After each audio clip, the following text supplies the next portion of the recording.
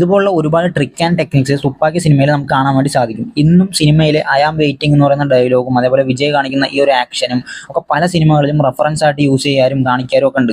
രണ്ട് ട്രാക്സ് ആണല്ലോ മെയിൻ ആയിട്ടുള്ളത്, ഒരു മെയിൻ ട്രാക്കും അതേപോലെ തന്നെ ലവ് ട്രാക്കും. സോ ഈ മിഷൻ ട്രാക്ക് അല്ലെങ്കിൽ മെയിൻ ട്രാക്കിൽ വളരെ എൻഗേജിംഗ് ആയിട്ട് കഥ പോകുന്ന സമയത്ത് അതിന്റെ ഗ്യാപ്പിൽ ലവ് ട്രാക്ക് കാണിക്കുന്നത് കൊണ്ട് ഒരുപാട് പ്രശ്നങ്ങൾ ഉണ്ടാവാനുള്ള സാധ്യത ഉണ്ടെങ്കിലും തുപ്പാക്കി സിനിമ അത് വളരെ പ്രോപ്പറായിട്ട് തന്നെ യൂസ് ചെയ്തിട്ടുണ്ട്.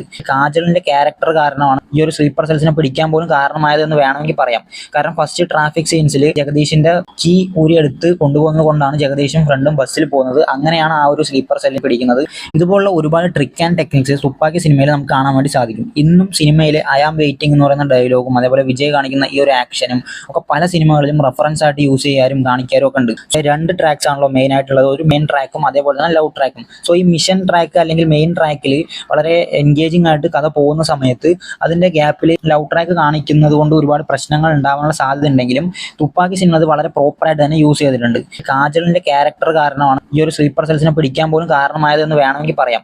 കാരണം ഫസ്റ്റ് ട്രാഫിക് സീൻസിൽ ജഗദീഷിന്റെ കീ ഊരിയെടുത്ത് കൊണ്ടുപോകുന്നത് കൊണ്ടാണ് ജഗദീഷും ഫ്രണ്ടും ബസ്സിൽ പോകുന്നത്. അങ്ങനെയാണ് ആ ഒരു സ്ലീപ്പർ സെല്ലിൽ പിടിക്കുന്നത്.